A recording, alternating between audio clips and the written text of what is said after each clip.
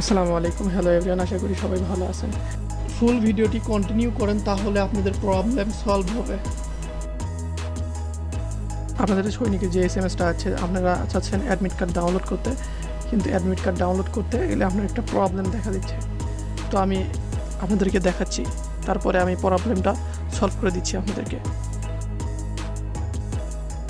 তো আমি user ID এবং পাসওয়ার্ডটা দিচ্ছি, দিয়ে আমি দেখাচ্ছি আপনাদেরকে।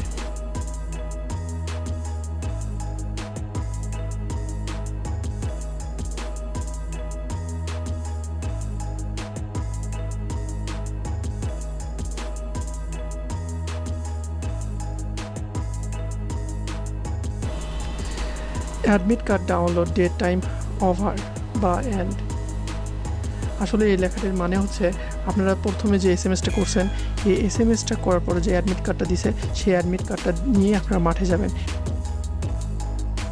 আর এসএমএস দেওয়ার উদ্দেশ্য হলো আপনাদেরকে জানিয়ে দেওয়া কবে মাঠ শুরু হবে।